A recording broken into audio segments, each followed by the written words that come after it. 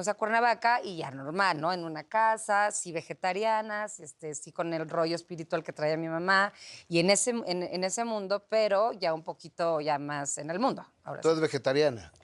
Fui vegetariana toda mi infancia, hasta los 15, 16 ya por decisión. Empecé a comer carnes blancas y más pescado y proteínas y todo porque ya empezaba a entrenar. Entonces ya no había, para estar fit, para estar más con músculo y masa muscular, necesito la proteína. Claro. Y cuando éramos niñas, cuando íbamos a la playa, comíamos pescado solamente, pero sí comíamos huevos, comíamos lácteos, o sea, más como vegetariana.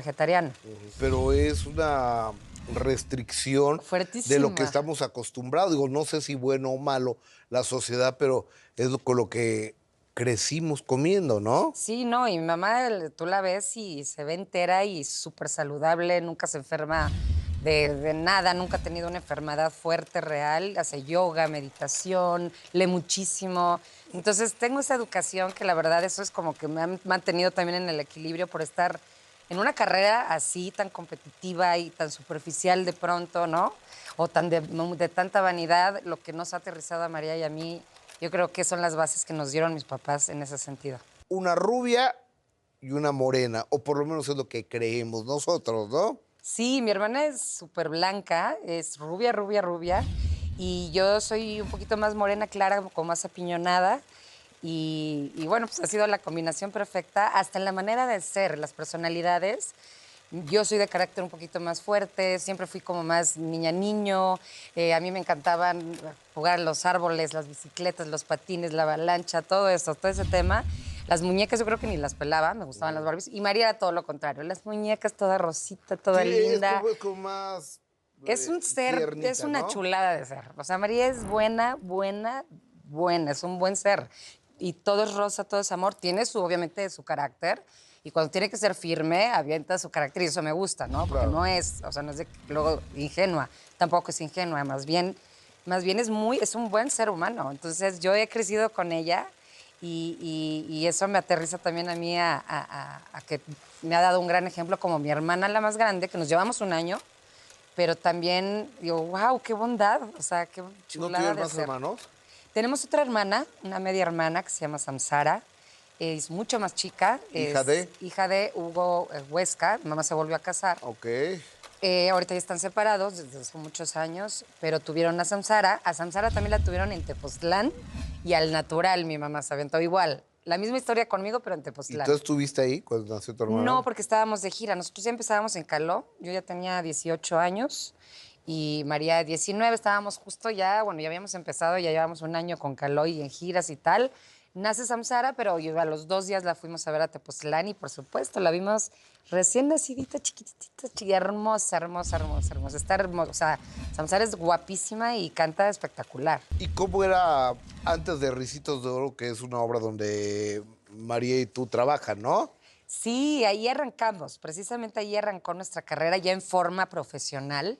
Bueno, con mi mamá en la parte de los discos, pero ya estar en un escenario y en una obra de teatro fue ya con la empresa de mi abuela, de Magdalena del Rivero, y mi papá era el director, pero ellos ya hacían temporadas en el Teatro Insurgentes, en el Teatro Tepeyac, en el Flores Magón, entonces fue arrancar de una manera increíble, se llenaban los teatros, me acuerdo de las filas que yo decía, wow, nuestra primera obra de teatro fue Ricitos de Oro, María hacía Ricitos de Oro, y yo hacía el osito, me metía en una botarga, no sabes, o sea, una super experiencia. Una vez ¿Qué edad hasta pipí tenías? me hice en la botarga, para que me entiendas. Horrible. ¿Pero por qué te este pipí? Porque me estaba muriendo, o sea, ni siquiera fue de nervios, me estaba haciendo pipí, era un proceso y yo estaba a la mitad de la escena en la obra y yo no aguantaba y yo veía por el hocico, ¿no? De la botarga. Ajá. Yo le decía a María y María estábamos en un diálogo, yo le decía a María, me estoy haciendo pipí, me estoy haciendo, aguántate, aguántate. Yo es que no puedo, yo no puedo, yo no puedo. Y de repente dije, con la pena, o sea, me relajé, me hice pipí, hasta María me dijo, y ya se hizo. Ya le vi que la pierna ya no está temblando y ya para seguir, así de profesional, porque me pude haber salido corriendo y digo, pero ¿cómo voy a dejar la escena y los diálogos? Dije, pues prefiero hacerme pipí y además, obviamente, la adrenalina, los nervios, toda la combinación. No fue Claro. ni siquiera en la primera función. Ya llevábamos como 10 o 15 funciones. Y te metió tus papás a estudiar, Maya, baile y también gimnasia olímpica, ¿verdad? Sí, o sea, eso fue desde niñas en Cuernavaca. O sea, eso se lo agradezco mucho a mis papás, que nos metían a ballet, a clases de jazz, de música, gimnasia rítmica, o sea, todo lo que encontraban en Cuernavaca. Pero precisamente hablando de la gimnasia olímpica, no habían las clases que yo quería. O sea, yo en algún punto de mi vida dije, sí, sabía que me tenía que dedicar a la música y estaba como ya en mi chip, pero yo veía las Olimpiadas y decía, yo quiero ser gimnasta y sabía que tenía las posibilidades. La noche lleva de una cosa a otra, te toma de la mano y el antro y el chupe y el cigarrito y luego el porrito, la marihuana y luego una cosa va llevando Claro, por a la supuesto. otra. Y digo, somos adultos, no nos vamos a Claro, engañar y además es muy importante que los jóvenes también lo vean, claro, porque para ellos es muy sencillo y creen que es muy fácil, pero cuando se caen las adicciones es un problemón. claro, por ¿Tú supuesto. caíste en adicciones? Fíjate que, obviamente, como dices, más estando en un ambiente del artístico, ¿no? Que tienes todo mucho más a la mano y todo muy fácil, obviamente tienes más la tentación, ¿no? A una persona que se dedica a otra y aún así no estás exento, Claro. ¿no? Obviamente al estar tan cerca de los santos y de las giras y todo, y de pronto a lo mejor llegaba en vivo a un concierto y decían, no, esto no lo vuelvo a hacer, esto no lo vuelvo a hacer porque está horrible. Entonces, pues sí, en algún punto sí me jaló. Las drogas. No, más como la parte del alcohol y eso. O sea, nunca me clavé en las drogas, no. Llegué a probar, ¿no? Algunas cosas, algunas sustancias, pero nunca de a ver y pedir y llegué, o sea, de Y plano que no, y comprar. comprar eso, no, no. O Qué sea, nada bueno, más de eso, no. qué bueno. Y dices que cuando ibas tú al Christie te ponías tus algodoncitos Sí, porque pues, me quiero suponer que no tenías boobies. sí. ¿Te las operaste? ¿Te operaste las boobies? Sí, me las operé hace ya como 12 años, aproximadamente. Si no es que un poquito, no, como 12 años. De hecho, ya de chavita, como en los 18, 19, era bastante bustoncita, natural, pero empecé a hacer muchísimo ejercicio y ya, bye. Oye, Y yo así de que, ¿y dónde se fueron las es boobies? lo que he escuchado, que cuando empiezan a meterle a las pesas Es se quema, grasa. ¿no? Se quema la grasa, entonces queda músculo. Exactamente. Entonces, yo decía, bueno, ¿y a dónde se fueron? Porque ya le empezaba a meter al gym durísimo y muchísimo cardio. Y de repente dije, ay, no, sin boobie está cañón. Y de plano tuvieron que meter para estirar, ¿no? La prótesis para poder estirar lo que había quedado ahí flojo de pues, la grasa. Adiós. Y eso te puede pasar con las pompas también, ¿eh? Por eso hay que hacer muchas sentadillas. No, pues mejor no hago Las tanto pompas ahí sí ni ejercicio. de broma le he metido, ni de broma no me gusta cómo se ve. Hay cosas que digo, en mi vida me las voy a hacer jamás y Se hasta ven la muy fecha no me falsas, gusta. ¿no? O tienen que estar demasiado bien hechas, ¿no? Y muy poquito, y tiene que ir de acuerdo con tu pierna. No se lo pueden hacer las personas que tienen las patitas flacas, flacas, flacas, y de repente tienen la pompa así irreal. O sea, es como no va de acuerdo, no hay manera. No, no hay una No hay, concordancia. exactamente, no hay congruencia. Entonces, ¿cómo puedes tener las piernas tan delgadas y de repente unas pompas gigantescas? Ya No ves va. que dicen que la ley del tordo, ¿no? ¿Cómo es? Las patas flacas y el No me la sabía, está buenísimo. La ley del tordo. No apliquen la ley del tordo, no. Cuando sale Capitán, ahí sí, radio, la escuchabas hasta la sopa. Entonces, ahí Oye, fue increíble. a ver, amiga, de ser una chava normal, desconocida, a ser una influencer, una celebrity, una celebridad, de pertenecer al grupo del momento de moda, cambian las cosas, da un giro de 180 grados. Seguramente es uno de los minutos que cambia tu destino. Y seguramente otro de los minutos que cambia tu destino es cuando parece que la vida es como un paseo por Disneylandia, Sí, exacto. cuando Una parece montaña rusa. que es un paseo por Walt Disney World, Así por el es. Small World, asesinan a tu papá. Maya, yo me quiero suponer que uno de los minutos que cambian tu destino es cuando la compañía de discos Polygram les dice, van para adelante. Y van a Siempre en Domingo y van a... El mundo cambió, ¿no? 100%. La verdad es que pasó todo tan rápido, pero al mismo tiempo ya veníamos, mi hermana y yo, de machetearle muchísimos años. Teatro infantil, Claro. bueno, en Cancún, ¿no? También cortando piedra y todo. ¿Cómo se dice? Lo de Picando piedra. picando piedra. Pero además, algo que se me pasó comentarte, cuando regresamos a Ciudad de México nos vamos a otro grupo que se llamaba Amigo. Ahí nos aventamos 8 meses en Estados Unidos de gira, entonces agarramos toda la tabla y fue ya cuando regresamos. De hecho, en ese grupo estuvo, que por eso es mi mejor amigo, Ariel Miramontes, albertano. Ahí, Qué bueno, chulada de imagínate. tipo, No, ¿no? hombre, pues es una chulada, lo admiro, nos amamos desde toda la vida. Imagínate tantos años de conocernos. Y él también picó piedras hasta que lo logró y soy la más Y me orgullosa da tanto gusto del de éxito verdad. de mi querido Ariel, Ariel sí. Albertano. Imagínate todo lo que convivimos en esa gira. No, no, o sea, para mí fue demasiado sentirme afortunada hasta la fecha, porque ahí que conocí a mi mejor amigo, entonces, y a varios amigos más. Pero bueno, imagínate, Ariel, desde esa época hasta ahorita, desde los 16, hasta ahorita somos mejores Qué amigos. chulada. Y Oye, ya luego empezó lo de Caló, pero también nos aventamos 8 meses en Estados Unidos. oye, y les fue bien porque cuando uno viene con un concepto bajo el brazo lleno de ilusiones, pues casi siempre hay un común denominador que los tiburones de esta industria pues se joden a los chamacos con algunos contratos leoninos, abusivos y demás. ¿Cómo les fue a ustedes? ¿Bien? Pues al principio nos fue bien. De hecho, el primer disco fue como un disco experimento, de hecho, porque eran solo 6 tracks, solo 6 canciones y a ver qué pasa, ¿no? Y cuando ven el boom, imagínate, entonces ahí sí, adelanto de regalías y, o sea, los primeros discos nos fue muy bien, en el tercer disco nos pagaron muchísimo dinero, o sea, nos empezó a ir increíble. Donde ya viene la bajada fue a partir del tercer Cuando disco. se pelean con Sintec. Bueno, cuando se pelea Claudio con Sintec, ¿no? Pues no se pelearon, pero bueno, no tengo como ese recuerdo que se han peleado, pero más bien Claudio ya se quedó como productor principal junto con LBM, con otro DJ, y estaba yo creo que como muy adelantadas las canciones para la época, un poco más largas, eran como versiones más para DJ, entonces a lo mejor el cambio, no sé, el chiste es que no funcionó como los otros. A mí se me hacía un gran disco también, pero no funcionó. Y ahí fue cuando nos habían pagado muchísimo dinero para ese disco. Entonces ahí viene el bache y el huecote en el caló y Claudio se fue. Y fue un tema de una Sí pausa fue muy cierto larga. eso. Y para el 2010 te casas, me quiero suponer que enamorada. Si no, no te casas, ¿no? Sumamente enamorada. Fue una conexión inmediata ¿Con quién? con Roberto Vidales, empresario, y bueno, me lo presentaron. Nunca, ni siquiera desde niña, tuve mucho como que el sueño de casarme.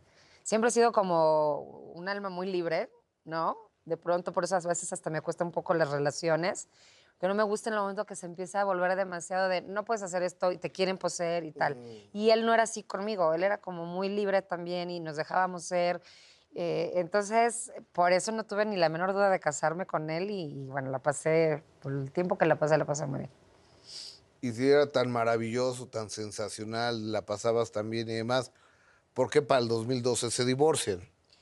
Pues empezamos a tener ya algunas diferencias, nos empezamos como a alejar, yo me empecé a también ir a unas giras, sí No, los... es que no se platican. se tienen y ya. Sí. Te voy a decir, él fue el que más me metió onda con lo del hijo. Yo ya tenía ahí, yo me casé, lo conocí a los 36 y nos casamos a los 37, vivimos un año primero juntos. A las 2 semanas me fui a vivir con él, ¿eh? O sea, en mi vida había vivido yo con alguien a mis 36 años, ni me había casado. Porque como que no, sí se me había dado la oportunidad, pero yo no había querido. Con él sí quise y él sí me decía, oye, a ver, también como que tus óvulos se van a empezar a envejecer y también no tienes 25 años, vamos a empezar a platicar de eso. Y yo, sí, y yo estaba en el proceso de sacar mi disco de solista, ¿no? De mi rollo más electrónico. Y yo venía, cuando yo conocí a Roberto, yo venía con ese proyecto ya y era como mi bebé en ese momento para mí. ¿No? Le metí muchísimas ganas, le invertí dinero.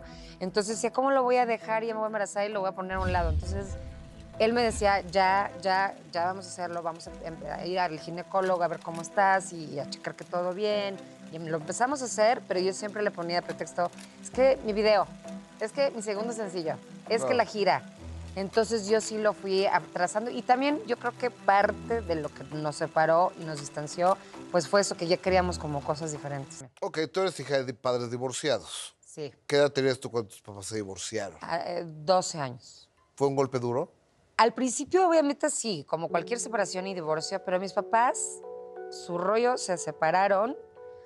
En realidad, mi papá vivía más en México, aunque estaban casados, porque mi papá estaba ya en telenovelas, teatro. Entonces, nosotros viviendo en Cuernavaca, iba los fines de semana, se regresaba a México y así. Siempre también estuvimos acostumbrados a que mi mamá se iba de gira.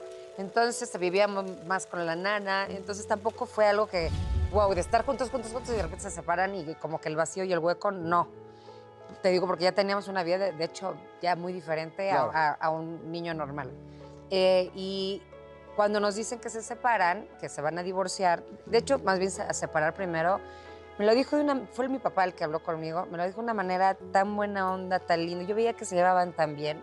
Nunca jamás vi que le levantara en la vida, desde todo el uso de recuerdo que tengo, o sea, en mi chip y en mi memoria, ni una falta de respeto, ni una levantada de voz, mucho menos golpes. Jamás viví yo eso en mi casa. Entonces, la separación fue amistosa. Mis papás se llevan increíbles, aún separados. Cuando conoce a mi papá, perdón, mi mamá a Hugo, de hecho, convivían con nosotros, y comíamos juntos. Pues más onda, más hippie. Traían esa open mind, o sea, esa libertad, otra mentalidad. Entonces, la verdad, pues yo lo veo así y no me causó tanto trauma, la verdad, esa separación. Seguramente uno de los minutos que cambian tu destino es cuando ya no viendo tú con tus papás, con tu papá, en este caso, te enteras. Estoy buscando las palabras adecuadas pero no las encuentro. Asesinaron a tu papá en su casa. Así es. Parece que a golpes. Parece. No soy perito. Pero el simple hecho de preguntártelo es delicado y doloroso.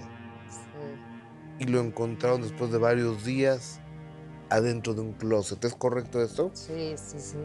Sí, toda la información así es. Y fue el minuto que dices que cambió mi vida completamente, ¿no? De las cosas más fuertes que hemos vivido, mi hermana y yo, y nuestra familia. Yo estaba en Cancún, de hecho, cuando me enteré. Fue un shock, porque además tenía la impotencia de que no saber qué estaba pasando realmente. María y mi mamá no me querían decir, ni la familia, de que realmente lo que había pasado, porque yo estaba en Cancún, entonces no querían querían que primero regresara y luego o sea, decirme. Yo estaba enojadísima porque sabía que algo más grave estaba pasando. Me hablaba la prensa y me decían, no, que lo habían secuestrado. Entonces decía, ¿cómo que secuestrado? Entonces es una angustia. Y yo viendo ya vuelos para regresarme y horrible.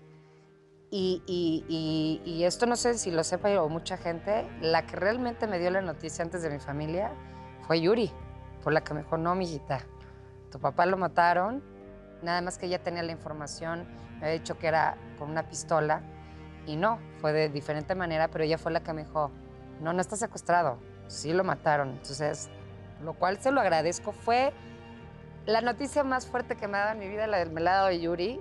Casi me desmayé, o sea, sí perdí, o sea, obviamente me caí en la ¿Estabas en cama. Cancún? En Cancún. Estaba con mi tía, por lo menos, o sea, con mis primos. Y me enteré ahí, les dije, es que ya sé que sí lo mataron. O sea, no está secuestrado. Y metieron un calmante, o sea, estuvo fuertísimo. Me regreso a México y obviamente ahí fue ya cuando empecé a enterar de toda la situación, que hasta la fecha pues, todo es muy raro, impune, hasta la fecha es todo mucha incertidumbre, no sabemos, pero lo que sí sé es que mi papá siempre nos inculcó el perdón, ¿no? No se puede perdonar, porque tampoco dices, ay, lo perdono, no. Pero es lo único que puedes hacer para que tu corazón pueda seguir y para poder superar, porque, bueno, en realidad se sobrelleva, no se supera nunca. Siempre está ahí, ¿no? Latente, presente. Pero lo que yo sé que hubiera querido mi papá y que hemos hecho es salir adelante, ¿no? Sin esa parte, obviamente hay justicia divina, yo creo en eso, hay justicia divina, Espero que tarde sí. o temprano Espero que algo va a sí. pasar, o ya le pasó a esta persona que lo hizo. Y No además, sabes quién es. no tengo la menor idea. Y cuando lo pienso, en este prefiero 20 evitarlo y prefiero ni pensarlo. En este 2021, ¿no quieres saber quién lo mató? Híjole, ya ni sé, ya no sé. Porque ya poner una imagen en mi mente ya me puede crear más conflicto y a la vez sí me gustaría saber, pero a lo mejor ni siquiera saber quién es ni cómo es físicamente, pero que obviamente pues hubiera justicia. El minuto que cambió mi destino. Sábados 9 p.m. Participa en Imagen Televisión.